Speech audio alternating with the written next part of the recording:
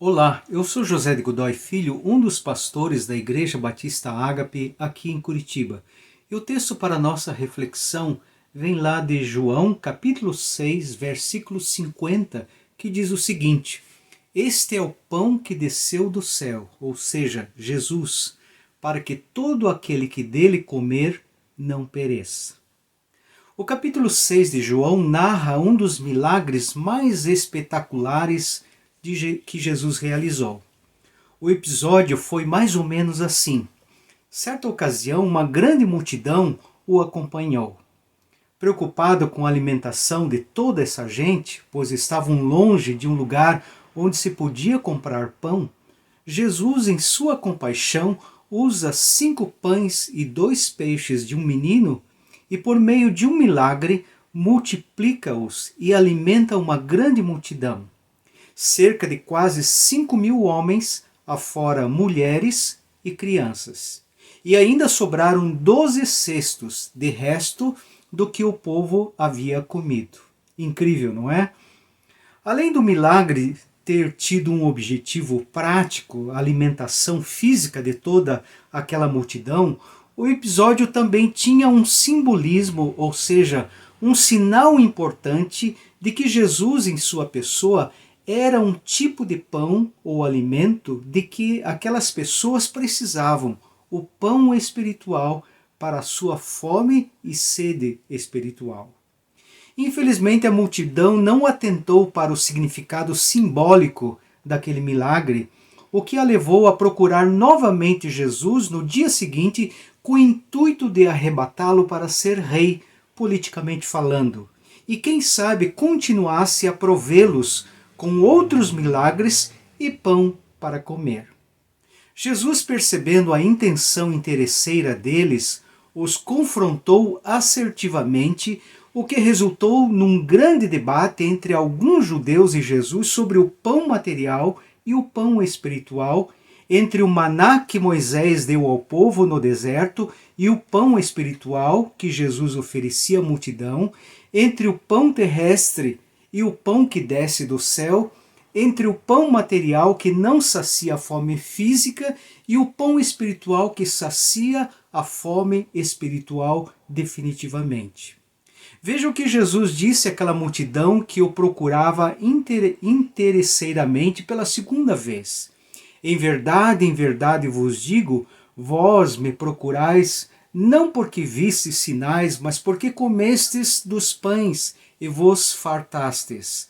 Trabalhai não pela comida que perece, mas pela que subsiste pela vida eterna, a qual o Filho do Homem, ou seja, Jesus, vos dará.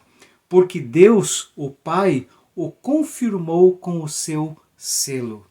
Jesus não estava condenando a multidão por suas necessidades físicas, materiais ou políticas. A questão é que aquela multidão estava interessada apenas em suprir suas necessidades na dimensão física, material e política. Imaginem ter um rei com os poderes de Jesus. No entanto, Jesus não tinha pretensões políticas. Ele veio com a missão de conduzir as pessoas a Deus, resgatá-las espiritualmente, suprir uma outra necessidade fundamental do ser humano, que é a necessidade espiritual. Aquela multidão queria apenas o pão material, mas não queria o pão espiritual. Queria os milagres, mas não o Senhor dos milagres. E aqui está algo muito importante para nós. As nossas necessidades físicas, materiais, etc., conquanto importantes, não são as únicas e também não são as mais importantes do ponto de vista da eternidade.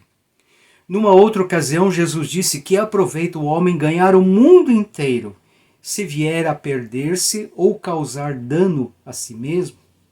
Naquele dia, muitos dos que seguiam a Jesus deixaram de segui-lo. Jesus voltou-se aos seus apóstolos e perguntou se eles não queriam também retirar-se. Ao que Pedro deu uma resposta fantástica por ele e pelos demais apóstolos. Ele disse: Senhor, para quem iremos nós?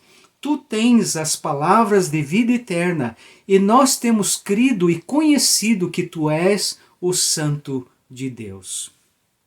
Um livro de pregações chamado Preaching, de 1991, o autor conta-nos a seguinte história que ilustra o que acabamos de dizer.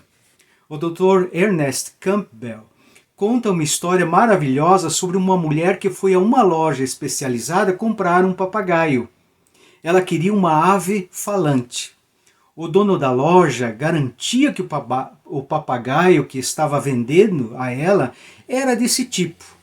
A mulher agradeceu, levou o pássaro para casa e o colocou numa gaiola. 2 dias mais tarde, ela voltou à loja para dizer que o papagaio ainda não falara. A senhora colocou um espelho na gaiola? Perguntou o gerente.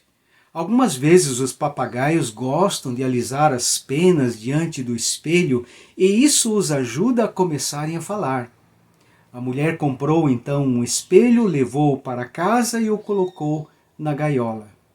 No dia seguinte ela voltou à loja e a ave nem sequer tentara falar. Tente uma escada, disse o gerente. Os papagaios gostam de subir em escadas e isso os estimula a falar. A mulher comprou a escada e tentou esse expediente, mas nada, nem um pio. Tente um balanço, disse o homem. Os papagaios gostam de divertir-se no balanço e isso certamente vai dar resultado. A mulher obedientemente comprou o balanço e colocou-o na caixa da ave. Na manhã seguinte ela voltou à loja. Meu papagaio morreu na noite passada, disse tristemente. Sinto muito ouvir isso, respondeu o dono. O papagaio disse alguma coisa antes de morrer? Sim, veio a resposta. Pois pouco antes de dar o último suspiro ele disse: eles não vendem nenhum tipo de comida naquela loja? Isso é apenas uma anedota, é claro, mas Ernest Campbell salienta então como compramos facilmente espelhos para nos enfeitar, escadas para subir mais alto, balanços para nos divertir, mas onde está a comida para as nossas almas? Assim, não foque apenas em suas necessidades materiais, mas procure alimentar a sua alma com os ensinos e com a própria pessoa de Jesus, que é o pão que desceu do céu para nos alimentar, a fim de que não pereçamos espiritualmente. Que Deus nos abençoe.